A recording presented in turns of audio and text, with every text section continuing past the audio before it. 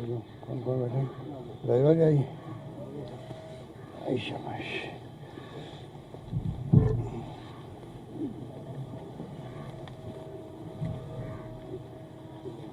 उनको कह दिया है रीड करवाओ कि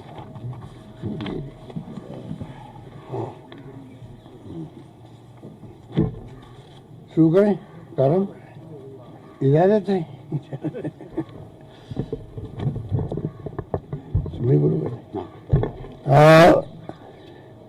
मैंने आपको पहले भी कहा, लगातार मैं बोल भी रहा हूँ कि 3 साल का जो शासन हुआ हमारा बेमिसाल हुआ है और उससे इतना फ्रस्ट्रेशन हो गया बीजेपी को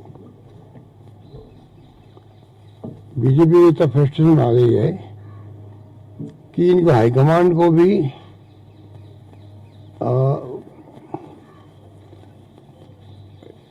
आगे आके इनको कहना पड़ रहा है, अरे भाई कौन बोल रहे हैं, कौन बात कर रहे हैं, तो उनको भी कहना पड़ रहा है कि आप कर क्या रहे हो। आज 3 साल बाद में मुझे इस बात की बहुत प्रसन्नता है कि आम जनता का आशीर्वाद सहयोग समर्थन सरकार को मिल रहा है। जो कहते हैं कि सरकार विरोधी लहर पैदा होती है 2-2.5 साल बाद में हो जाती है, 3 साल के बाद में भी सबको एहसास हो गया है आम जनता हमारे कामों से खुश है। जो हमने फैसले किए हैं, चाहे वो कोरोना का हो मैनेजमेंट, चाहे शिक्षा में, स्वास्थ्य में, पानी में, बिजली में, सड़कों में, सब में, उससे बहुत फ्रस्ट्रेशन आ गए। हर जो इश्यू नहीं होता नॉन इश्यू को इश्यू बना रहे लोग, नॉन इश्यू को इश्यू बनाने का इन्होंने धंधा कर रखा है। धंधा करने का हो गया मतलब कि कोई इश्यू बनता ही नहीं तो धंधा कर रहा है। मतलब एक प्रकार से हर चीज को आप तो मीडिया के माध्यम से आप ट्रायल करते रहो, मीडिया ट्रायल करवाने के लिए। तो ये जो स्थिति बनी है वो मैं महसूस करता हूँ की घटना के वक्त में भी और अभी भी महसूस करता हूँ। अब 25 लाख के लगभग छात्रों ने या नौजवानों ने भाग लिया। हम कितने हमने आप समझ लीजिए कि उनके प्रति ये भावना वाली थी सबकी कि भाई कैसे 25 लाख लोग जेलों में जाएंगे, कहाँ तो रुकेंगे, कहाँ खाना खाएंगे, सर्दी का वक्त है।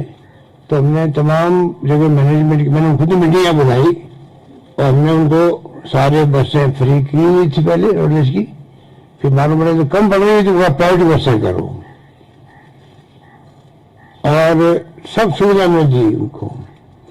कलेक्टर को कहा गया आप एनजीओ से संपर्क करें जिलों के अंदर, प्रयास करें कि रात को रहने में तकलीफ नहीं आए, आराम से कुछ खाने पीने की व्यवस्था को एनजीओ करे। और मुझे खुशी है कि जो कोरोना में देखने को मिला लोगों का जो भाव कि सब में मेरी लड़ी किसी गरीब को भूखा नहीं सोने दिया। वही मैंने महसूस किया कि इतना कहने मात्र से 2 दिन के नोटिस के अंदर भी सबने उनको खाना भी खिलाया, उनको रुकवाया भी। जो आगरा से और जो पड़ोसी राज्य लोग आए थे वो इतने गदगद हुए बच्चे एक साथ, हमें कोई कल्पना नहीं की थी ऐसा माहौल भी हमें मिलेगा। इस माहौल में एग्जाम करवाए। एग्जाम के बाद में जब जो पेपर लीक की खबर आई, इमीडिएटली एसओजी को केस दिया गया, एसओजी केस दिया गया। और आप देखिएगा अभी माहौल पूरे कंट्री में बना रहा है किस प्रकार पेपर लीक हो रहे हैं, ये क्यों हो रहे हैं, ये नौबत क्यों आ रही है। इस पर भी भारत सरकार को सोचना चाहिए, राज्य सरकार को सोचना चाहिए नौबत क्यों आ रही है कि बच्चे जो हैं वो ज्ञान बना करके पेपर आउट करने के षड्यंत्र में लग जाते हैं। ये नौबत क्यों आई है, उसको ठीक नहीं जा सकता, वो अलग इश्यू है। केंद्र सरकार में 3 पेपर आउट हो गए, 21 में, 17 में और 21 में। थर्ड सेना के लिए सामान्य सैनिक भर्ती, SSC, CGL, UGC net 2021, Hindi की परीक्षा, ये सब आउट हुए हैं। उत्तर प्रदेश में हुए हैं 21 के अंदर, 18 के अंदर। हरियाणा में हुआ है 21 के अंदर, उत्तराखंड में हुआ है 16 के अंदर 2 बार, गुजरात में हुआ है दिसंबर 21 के अंदर अभी, महाराष्ट्र में भी हुए हैं, गुजरात में 18 में भी हुए हैं, महाराष्ट्र में अब 21 में हुए हैं 2 बार, मध्य प्रदेश में 20 में भी हुआ, 21 में भी हुआ है, और अरुणाचल प्रदेश में भी 20 में हुआ है, कर्नाटक का भी 20 में हुआ है।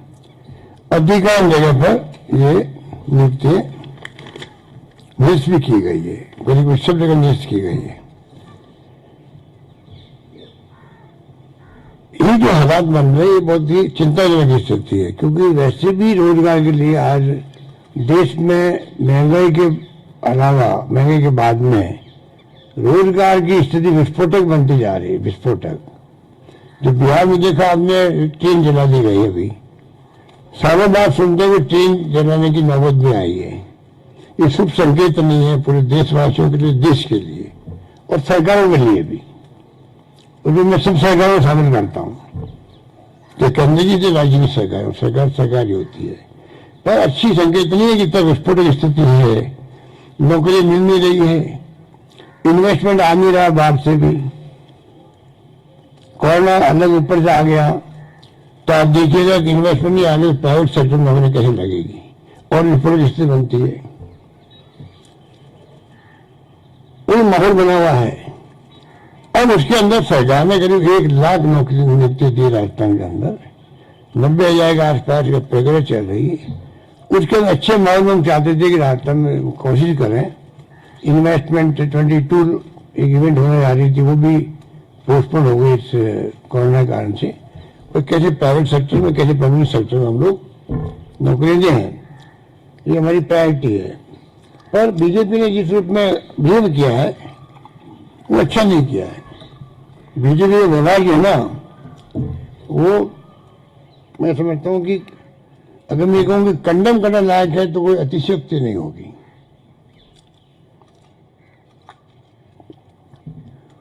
क्योंकि इश्यू को बनाओ, अल्टीमेटली उससे पब्लिक इंटरेस्ट सर्व हो, इश्यू को बनाओ, चाहे कोई बनाए, हम बोले या वो बोले, अल्टीमेटली उससे इंटरेस्ट पब्लिक का सर्व होना चाहिए। क्या मैं उनसे पूछना चाहता हूं कि रिट के अंदर जो बच्चे बैठे हैं, जिस में इश्यू बनाया जा रहा है, बनाया गया है, पब्लिक के अंदर जो कुछ भी नई नई बातें लाई जा रही है, उनको पूछो भी आप क्या, जो लोग बोल रहे हैं नेता लोग बीजेपी के, पूछो आप लोग क्या जो गैंग काम कर रही थी ये पेपर लीक करने की, उनके अगर आपके संपर्क हैं, तो आप अगर भागीदार नहीं हैं आप उसके अंदर, और सरकार बदनाम करने षड्यंत्र आपका नहीं था, तो आप एग्जाम के पहले कह देते, तो बड़ी स्टेटमेंटशिप होती है आपकी कि भाई देखो हमारे पास खबर आई है और पेपर लीक हो सकते हैं, तो सरकार भी उस ढंग से पहले और प्रिकॉशन करती। अगर हमें ईमानदारी होती तो आप उसको, अगर आपके पास कहाँ से खबर आई, वो तो कम से कम सामने आनी चाहिए, वो भी जांच का विषय होना चाहिए। मैं तो एसओजी वालों को कहना चाहूँगा, आप पता करो कि अगर ये किसी के पास, क्योंकि ये मालूम आपको, कोई क्राइम की जानकारी किसी को मिल जाए, आम आदमी को भी, और वो जानकारी नहीं दे तो वो भी भागीदार होता है, क्राइम का भागीदार होता है, ये लॉ कहता है। तो क्या मतलब ये जो बोल रहे बढ़ चढ़ करके कि शिक्षा संकुल और कहाँ कहाँ क्या क्या होगा, कैसे होगा, पूरी पिक्चर बता रहे हैं, तो भाई आप किस गैंग से मिले हुए हो? वहाँ गैंग वार चल रहा है, इसके अंदर भी गैंग वार चल रहा है, कई गैंग काम करती है इसके अंदर।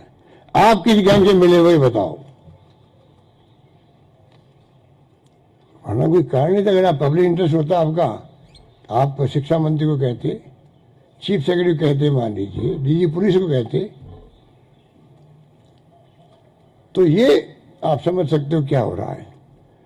इतने बड़े संख्या में बच्चों का भविष्य है, तो हमने आज तय किया कैबिनेट की पूरी मीटिंग के अंदर कि भाई हम क्यों नहीं, जनता ही माई बाप है। देखिए जनता की जो खलक की आवाज़ खुदा की आवाज़ वाली बात थी। उसी ढंग से अगर मान लीजिए जनता में भावना है भाई पता नहीं लीक में कितने लोगों को फायदा पहुंचा होगा, एसओजी के आधार पे तो मैक्सिमम 300 लोग होंगे, 350 लोग होंगे, मुश्किल से होंगे, वो मुश्किल से होंगे। और एसओजी की कामयाबी को भी एप्रिशिएट नहीं कर रहा है। गुलाब सिंह कटारिया ने एप्रिशिएट किया तो दूसरे दिन, क्योंकि वो आरएसएस और बीजेपी के फासिस्ट लोग बार बार कहते हैं फासिस्ट लोग हैं, इनका विश्वास नहीं लोकतंत्र में, इसलिए सेकेंड है उसको इतना दबाया गया कि उनको अपना बयान बदलना पड़ा। नेता प्रतिपक्ष को बयान बदलना पड़े तो सच्चाई तो बोल दे उन्होंने, फिर दबाया कि नहीं अब तो आप तो कर क्या रहे हो, हमारा एजेंडा इस सरकार को बदनाम करने का। ये एजेंडा आपका दिल्ली से चल के आया है, यहाँ पर दिल्ली से चल के एजेंडा आया है इनका कि अब आपके पास में कुछ नहीं रहा है, 1.5 साल 2 साल बच्चे हैं, अब तो आप सरकार को झूठा ही बदनाम करो, कुछ भी करो, और उसमें इनकी मास्टरी है। काम कम करते हैं, मार्केटिंग ज्यादा करते हैं। उसी ढंग से ये बदनाम करने का भी आप देखिए इनको तरीका, रात दिन सोशल मीडिया इनके कब्जे में है। जो इनकी वो टोल आरी बैठी हुई है, उनका काम धंधा यही है, तो आप समझ सकते हो। तो आज मैं तय किया कि हम इस एग्जाम को L2 L1 में तो कोई पेपर आउट हुआ नहीं है, L2 का एग्जाम जो है उसको निरस्त करेंगे। और L1 तो एग्जाम उसमें कोई पेपर आउट नहीं हुआ है, L2 का एग्जाम जो उसको निरस्त करके नए सिरे से सबको चांस मिल जाएगा, उसके अंदर कहने की गुंजाइश खत्म हो जाएगी। उसको दोबारा पहले करवाएंगे रीट। जो पहले सिस्टम था भारत सरकार का, हमारे वक्त में 2 एग्जाम होते थे, एलिजिबिलिटी टेस्ट ये और उसके बाद में फाइनल जब नौकरी के लिए भर्तियों का टेस्ट होता है, वो सिस्टम वापस ला रहे हैं, जिसके अंदर अभी इनका एक तो हो गया, ये रद्द हो जाएंगे। संख्या बढ़ा रहे हैं, पहले 31,000 थी, लगभग 31 के थी, 32,000 थी, लगभग 32,000 थी। अब 32 के अलावा पहले 20 हमने घोषणा की थी, अब हम 30 की घोषणा करते हैं। तो 32 और 62,000 भर्ती हो जाएगी, 62,000 भर्ती हो जाएगी, 62,000 भर्ती टोटल हो जाएगी, टोटल 62,000 भर्ती टोटल हो जाएगी। L1 और L2 में दोनों मिला के इसमें L1 के 15,000 ये वो अलग बात है, माइनस हो ये जो सेलेक्ट हो ये तो हो जाएगा ना, 64,000 कुल होएगी ना, पहले 32 थी, अब 30 और मिला रहे हैं। उसमें लेवल 1 के जो अभी पास हो जाएंगे वो 15,000 जो भी फिगर है, तो वो मतलब अलग निकल जाएंगे। बाकी का हम आगे एग्जाम लेंगे, 2 तरह लेंगे, एलिजिबल टेस्ट पहले की तरह, और एलिजिबल टेस्ट में भारत सरकार कहती है आप इनको भले परमानेंट कर सकते हो, एक बार एलिजिबल हो गया तो भले वो 2 साल 4 साल 5 साल कभी दे बोलिए, वैलिडिटी आजीवन है उसकी।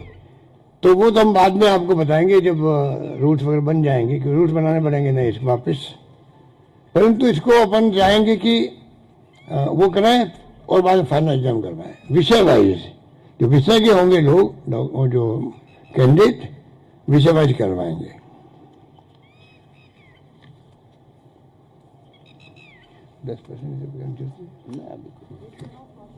है भाई, नियमों में संशोधन कर अभी मई में पहले हमने कहा था 20,000 की जो भर्ती हमने कही थी, मई के लिए कही थी, तो एक आध महीना खिसक सकता है, क्योंकि वो रिपोर्ट आने वाली है। मिस्टर व्यास की अध्यक्षता में, जस्टिस व्यास की अध्यक्षता में जो कमेटी बनाई हमने, वो रिपोर्ट 15 मार्च तक आएगी कि आगे कोई फर्जीवाड़ा नहीं हो, पेपर लीक नहीं हो। तो रिपोर्ट आएगी तो उसको आधार बनाकर हम चाहेंगे कि जल्दी वो रिपोर्ट मिलते ही हम घोषणा कराएंगे कि एग्जाम कब होंगे, वो पूरा प्रोग्राम को दे दिया जाएगा। कानून भी कड़ा बना, और कानून जो ला रहे हैं असेंबली के अंदर इसको रोकने के लिए, वही कड़ा कानून लेके आएंगे। जो गुंजाइश नहीं रहे राजस्थान के अंदर, देखिए पिछले 10-15 साल हम देख रहे हैं कि एक तो कई तो जुडिशरी में अटक जाते हैं कई बार मामले, कोई भी व्यक्ति चला जाता है जुडिशरी के अंदर, और कई बार आप देखिए लीक होते हैं या इस कारण से अटक जाते हैं। बीजेपी शासन की भर्ती भी हमें पूरी करनी पड़ती है, चाहे आरपीएससी की हो, आरएस की, वो भी अपन ने करी, और चाहे वो टीचर की भी हो, अपन नहीं की अभी सरकार आने के बाद में। तो ये नौबत नहीं आनी चाहिए। जैसे यूपीएससी में हो रहा है, हम चाहते हैं यूपीएससी पैटर्न आरपीएससी फॉलो करे पूरी तरह से, बल्कि वो जो सबऑर्डिनेट सर्विसेज बोर्ड बना वो भी फॉलो करे, और बाकी सिस्टम ऐसा बन जाए जो कमेटी रिपोर्ट आएगी उसके आधार पर हम चाहेंगे कि ऐसा सिस्टम बने कि बिल्कुल इसमें स्मूथली बच्चों को टेंशन में नहीं हो, आराम से एग्जाम दे सके। ये बार बार आप कितने क्या बीतती होगी उनके ऊपर, क्या बीतती होगी कि पता नहीं अब क्या होगा। कई लोगों की जिंदगी में अवसर होता है,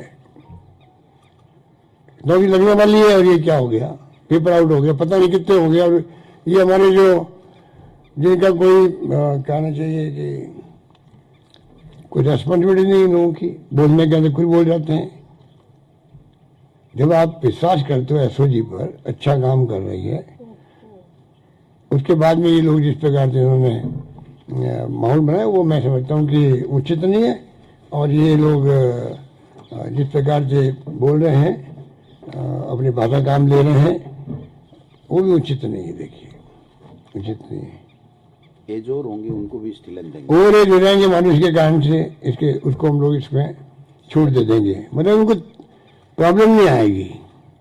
ये अनफॉर्चुनेट है। ये कोई हम लोग, ये आपको याद होगा मैंने कहा था सचिवालय के अंदर जब मांग की थी, हमारे मीडिया वालों ने पूछा भाई आप इसको एग्जाम को कैंसिल करेंगे, तो मैं कहा बहुत आसान काम है, परंतु लाखों बच्चों का भविष्य जुड़ा हुआ है, तो मैं इसलिए आप इसको क्यों सोचते हो कैंसिल हो एग्जाम। हमने देखा कि कोई तरीका निकाले जिससे कि ये एग्जाम हो जाए, सब्जेक्ट वाइज भी हो जाए।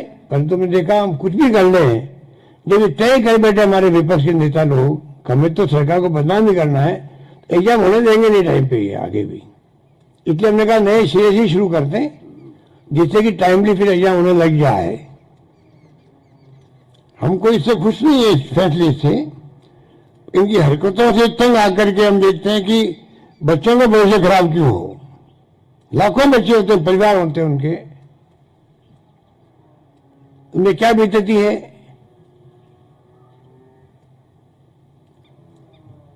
तो ये फैसला हमने इसीलिए किया, और मैं चाहूंगा कि पूरा मीडिया और तमाम साथी इसमें अपने अपने स्टडी रखें और सब मिलकर हम राजस्थान में नई परंपरा डालें। क्या आज पक्ष विपक्ष को क्या हो गया है, ऐसा कभी देखा नहीं मैं आजकल। जो जो हरकतें हो रही है, बताइए आपको उचित है क्या ये? अध्यक्ष जी ने खुद ने देखा होगा, आपके सीकर में क्या किया इन्होंने, जयपुर में क्या किया। अब इनका कसूर नहीं है। जब इनके नेता दिल्ली में बोलते हैं डंके की चोट, 75 साल में जो कमियां रही है उनको उजागर नहीं करेंगे। बताइए आप जो बोलोगे ऐसे तो आपके प्रेरणा लेंगे नीचे वाले भी। जो प्रधानमंत्री खुद बोलते हैं डंके की चोट, हम लोग कमियां बताए, कमियां बताओ, साथ में उपलब्धियां बताओ भाई, कुछ तो बताओ। 70 साल में कुछ तो किया होगा, आपको यहां तो पहुंचा दिया लोकतंत्र कायम रख करके। कोई कम बात है क्या? 75 साल तक लोकतंत्र देश मजबूत रहा, चाहे इंदिरा गांधी ने जान दे दी, चाहे राजीव गांधी ने जान दे दी, चाहे सरदार बहन सिंह जी शहीद हो गए, पर खालिस्तान नहीं बनने दिया। तो भूल जाते हैं लोग। तो इसलिए आप कहो कि बातें कम है। पर आज आप बताइए सतीश पूनिया जी, अब वो घटना कल जो कोटा में हुई है, हम कोई सपोर्ट नहीं करते उस घटना को, एफआईआर लॉन्च भी हुई है, परंतु वो नौबत क्यों आई है? आप किसी पॉलिटिकल पार्टी के बारे में ऐसा कमेंट करोगे तो स्वतः स्फूर्ति लोगों को गुस्सा आ जाता है। हमारे नेताओं ने कई बार मान लो गोडसे की बात कर दी, जो सब गोडसे के भगत लोग हैं, ये सब लोग, तो इनके लोगों ने मुकदमा दायर कर दिया हमारे नेताओं के खिलाफ में। आरपीसी में जाना पड़ता है उनको। ये तो इनकी विचारधारा तो गौर से मिलने वाली है ना, ये तो। इसलिए मैं फिर कहना चाहूंगा, राजस्थान में बचपन से हम देखते आ रहे हैं पक्ष विपक्ष में कितना ही बड़ी आप कड़े से कड़ा स्टेटमेंट दे दीजिए खिलाफ में, शाम को जब मिलेंगे शादी ब्याह के अंदर, कोई समारोह के अंदर, सोशल गैदरिंग में, लगता ही नहीं है कि मैंने सुबह कौन स्टेटमेंट दिया। ये परंपरा यहाँ रही है। मैं चाहूंगा हमारे तमाम विपक्षी नेताओं से कि राजस्थान में कृपा करो, इस प्रकार की परंपराएं घर में डालो। डेमोक्रेसी है, आप अपनी बात को, विचारधारा है, नीति है, कार्यक्रम है, क्या आपकी प्रोग्राम है, कुछ अलग राजनीति करो। लोकतंत्र में ही बातें होनी चाहिए। बहुत बहुत आप सबका शुक्रिया। बोलो कुछ। ऐसे ही जांच करेगी। हम खुद चाहेंगे ऐसी जांच पूरी करे और पहुंचे, उस क्राइम करने वाले तक पहुंचे, चाहे वो व्यक्ति कौन हो, किसी लेवल का हो, वो चिंता नहीं करे। हमने उनको फ्री हैंड दे रखा है, हम उनसे बात नहीं करते हैं। उनको सुपुर्द कर दी जांच, प्रेस कॉन्फ्रेंस एडीजी ने खुद ने की, हमने तो कहा नहीं उनको करो, ना उन्होंने हमसे पूछा भी नहीं। हमें अच्छा भी लगा जिसको जिम्मेदारी दी गई है। जब हम आरोप लगाते सीबीआई पर, इनकम टैक्स पर ईडी पर आरोप लगाते हैं कि भाई ये मॉनिटरिंग करके तंग करवा रहे हैं देश के लोगों को, तो हमारी कॉन्शियस कभी नहीं कहेगी, फिर हम जाकर के एसओजी को कहेंगे तुम ये करो ये मत करो। इतना ही फर्क है। सुभाष गर्ग के बारे में लगातार जो है वो आरोप लगाए जा रहे हैं, किरोड़ी मीणा लगातार आरोप लगा रही है कि ये कातिल है। ये तो इनको क्या नैतिक अधिकार है लगाने का आरोप? किसी के, इनको तो न्यूज में बने रहना है खाली। पर किरोड़ी मीणा जी को देखिए, उनको ये जयपुर वाले जो नेता वो इनको अलग थलग किए हुए हैं। किरोड़ी मीणा जी को दिल्ली को खुश करना है, हाईकमांड को। इतने चाहते हुए नहीं चाहते हुए भी वो जानबूझ के बोलते ही रहते हैं। उनकी फितरत है बोलने की, इसलिए बोल रहे हैं। दम कोई नहीं की बातों पे, ये मेरा मानना है। लेकिन सर उनके पास जिस तरह की हर रोज जानकारी वो प्रेस कॉन्फ्रेंस करके देते हैं, क्या उनकी भी? मैंने कहा ना आपको, वहां पर क्यों पूछवा रहा हूं मुझसे? मैंने जवाब शुरू में ही कर दिया आपको कि भाई ये तो जांच का विषय होना चाहिए कि तुम कौन सी गैंग से मिले हुए हो।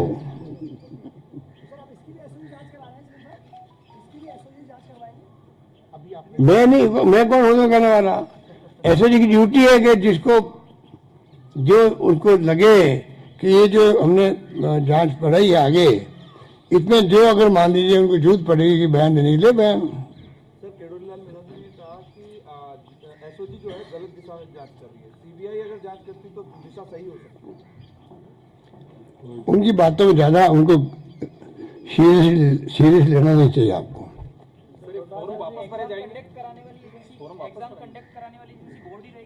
देखिए मैं देखता हूँ आप थोड़ा एंजॉय कीजिए 15 मार्च तक का जो रिपोर्ट आ जाएगी का वो जो जस्टिस व्यास की, उसके बाद में हम सब तय करेंगे क्या करना चाहिए। बोल गए ना भाई आप, अभी ऑप्शन में थे क्या आप? अभी बोलो, अभी तो बोला हूँ मैं।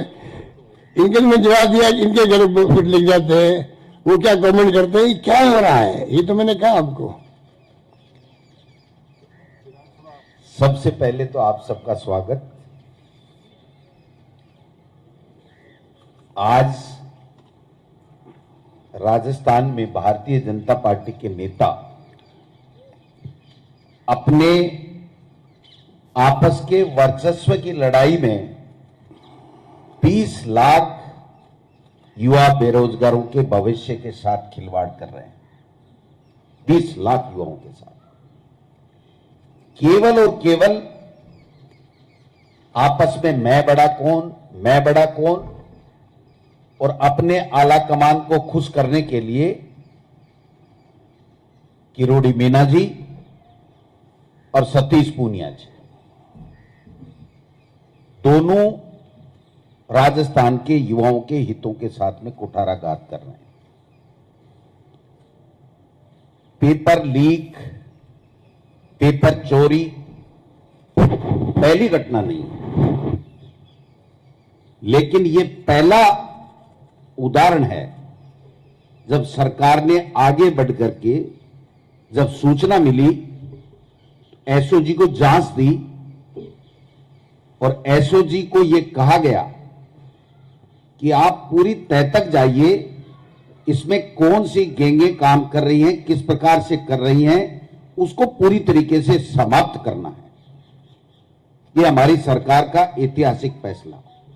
पहली बार राजस्थान में जो कर्मचारी संलिप्त पाया जाएगा उसको बर्खास्तगी का निर्णय किया गया। वो इसलिए किए गए कि राजस्थान के युवा के आशीर्वाद से हमारी सरकार कांग्रेस की सरकार बनी है।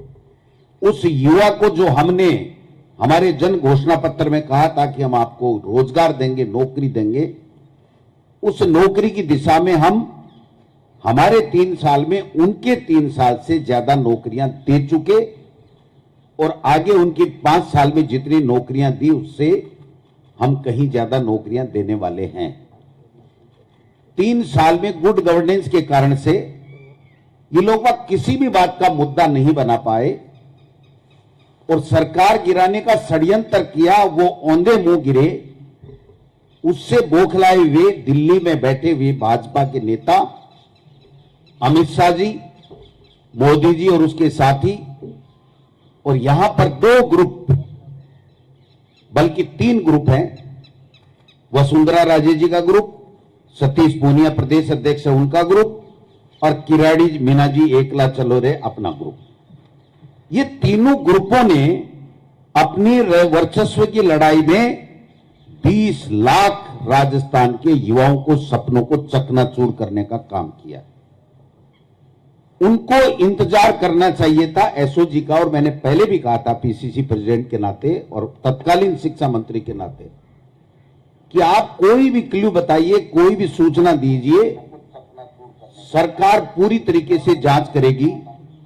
जब भजनलाल नहीं मिल रहा था तो 1-1.5 महीने तक ये जांच धीमी पड़ गई।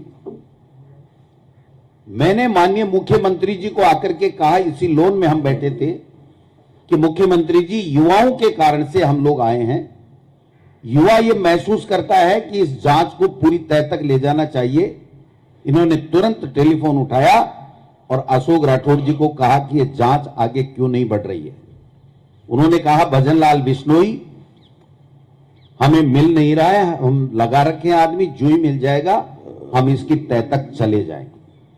इनको इंतजार करना चाहिए था, और अगर एसओजी ये कहती कि बड़े लेवल के ऊपर हुआ है तो स्वतः ही सरकार निरस्त कर देती। अगर एसओजी 100 जगह, 200 जगह, 300 जगह की कोई बात करती तो उसके बाद में उस तरीके से सरकार फैसला करती। लेकिन इनको 3 साल में एंटी कमेंसी पैदा नहीं कर पाए। 25 में से 25 सांसद 1 रुपया दिल्ली कोड़ी ला नहीं पाए राजस्थान के विकास के लिए। इसलिए टारगेट करके सरकार बदनाम कैसे हो, मुख्यमंत्री बदनाम कैसे हो, गोविंद डोटासरा बदनाम कैसे हो और दूसरे लोग बदनाम कैसे हो, यह षड्यंत्र किया गया।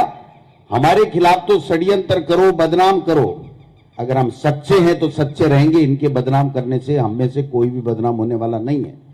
लेकिन इन्होंने आज पाप किया उन 20 लाख लोगों के भविष्य के साथ में, क्योंकि ये भर्ती भी मुख्यमंत्री जी ने इसलिए बढ़ाई है कि युवा जिसके कारण से हम सरकार से आए उनके भविष्य के साथ खिलवाड़ नहीं होना चाहिए। और देश में आज बर्निंग इश्यू है। मोदी जी ने युवाओं को रोजगार देने का जो वादा किया था वो तो विफल हो गए, लेकिन हमने जो वादा किया है उसमें हम खरे उतरे, जिससे युवाओं का सरकार के प्रति विश्वास जमा रहे। इसलिए आज ये जो फैसला किया गया है, 62,000 की भर्ती होगी आगे चल करके। नियमों में संशोधन भी इसलिए सोच समझ करके पार्टी की तरफ से भी हमने सुझाव दिया कि कांग्रेस का कार्यकर्ता और नेता माननीय मुख्यमंत्री जी ये चाहते हैं कि इसमें और पारदर्शिता लाई जाए, और कड़ा कानून बनाया जाए। इन्होंने कहा राजस्थान की विधानसभा में कानून बनाएंगे, विपक्ष के भी सुझाव लेंगे। एक रिटायर्ड जस्टिस की अध्यक्षता में इन्होंने कमेटी भी बनाई है, उसके भी सुझाव लेंगे। और हम 2 एग्जाम इसलिए करवा रहे हैं कि 101% पारदर्शिता रहे किसी तरीके, क्योंकि एक एग्जाम जब सिलेक्शन की हो जाती है तो फिर आदमी येन केन प्रकरण प्रयास करता है और उसमें कहीं ना कहीं कोई चूक हो जाती है। ये पहली सरकार है जब एसओजी ने यह बताया कि पेपर रखने में चूक हुई है। तत्काल बोर्ड के आधी रात को अध्यक्ष को बर्खास्त किया गया। इस्तीफा भी ले सकते थे, लेकिन नहीं, इसलिए कि हमारी नीयत में ईमानदारी, हमारे कण कण में ईमानदारी, और हम युवाओं के साथ अन्याय नहीं कर सकते। उन्होंने अगर कोई प्रोसीजरल गलती की है, जिसको एक तरीके से जो जिम्मेदारी दी है वो सही तरीके से नहीं निभा पाए, तो उसको बर्खास्त किया। बोर्ड के सचिव को निलंबित किया। बातें बड़ी बड़ी करते हैं ये लोग। बात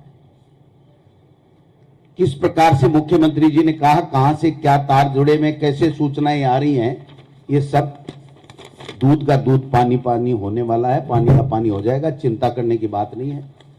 मेरे ऊपर व्यक्तिगत रूप से अगर किसी भी नेता ने कोई आरोप लगाया, एक आलपिन की नोक जितना आरोप साबित कर दे इस रीट भर्ती परीक्षा मेरे या मेरे परिवार के शामिल होने का, तो मैं आप सबके सामने कह रहा हूं, कोट कर लीजिए, जिंदगी में मैं और मेरा परिवार राजनीति नहीं करेंगे। 12 लोग फेल हो गए हो तो बताओ। लेकिन मेरे परिवार के 13 लोगों ने एग्जाम दिया। मैं विधानसभा में बताने वाला था, मेरे परिवार के 13 लोगों ने एग्जाम दिया, 13 में से एक भी पास नहीं है। इनको शर्म आनी चाहिए। सुभाष गर्ग जी के पीएसओ के लिए अभी किरोड़ी जी ने बोला कि वो पास हो गया, पेपर लीक हो गया, 150 में से 29 नंबर आए। शर्म आनी चाहिए। ये युवाओं के भविष्य के साथ खिलवाड़ कर रहे हैं। ये कोई छोटी मोटी बात नहीं है। आप किसी के ऊपर मन मर्जी है जैसे आरोप लगा दो। अगर हिम्मत है तो तथ्य सत्य लाइए। मैं आप में से और बीजेपी के तमाम नेता जो अपने आप को तुरप खा समझते हैं, मैं उनको कहूंगा कि आप जांच कीजिए। अगर रीट के इस पेपर के अंदर गोविंद सिंह डोटासरा का कोई रिश्तेदार या उसका परिवार अगर शामिल मिल जाए, तो मैं पुनः कहना चाहता हूं, मैं उसी दिन राजनीति से संन्यास ले लूंगा। लेकिन इस तरह की बकवास, इस तरह की घिनौनी हरकत, ये केवल इसलिए कि इनके पास में राजस्थान की सरकार के गुड गवर्नेंस के खिलाफ कोई मुद्दा नहीं। अलवर की घटना का सीबीआई को जांच दे दी। आपके केंद्र में सरकार है, सीबीआई से तुरंत जांच कराओ और पर्दाफाश कराओ। आप पर्दाफाश कराओ ना। आपको पचमदरा की जो एनकाउंटर की बात थी उसकी जांच दे दी। आप उस दिन कर रहे थे, हमारे नेताओं का नाम ले रहे थे कि उनकी संलिप्तता, आप जांच कराओ, जेल में डालो किसी को। मैं हूं दोषी तो मुझे डालो, अगर और कोई नेता है तो और को डालो। लेकिन तुम पूरे काले हो कोयले की तरह, तुम हमारी सफेदी पे क्या दाग लगाओगे? इनकी औकात नहीं है, इनमें हिम्मत नहीं है।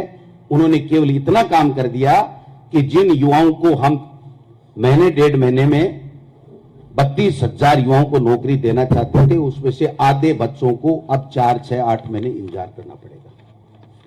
लेकिन हमारी सरकार ने, मुख्यमंत्री जी को धन्यवाद देना चाहूंगा पार्टी की तरफ से, कि हम और पद बढ़ाएंगे, हम बजट ला रहे हैं और पद दे देंगे, लेकिन हम हमारे प्रदेश के युवाओं को नौकरी देके रहेंगे। चाहे ये कितना भी झूठ प्रपंच फैला लें, ये कभी कामयाब नहीं हो। धन्यवाद। ठीक है भाई, आज का मुद्दा यही है। आप बैठे हो यहाँ पे। अब आप सुनो, चिंतन शिविर की मैं बता दूं, आप चिंतन करो कौन लोग सही हैं, कौन लोग झूठे हैं। जो झूठे हैं उनको बेनकाब करो, जो सच्चे हैं उनकी सच्चाई जनता को दिखाओ, जिससे जनता खुश हो सके। धन्यवाद। थैंक यू भाई।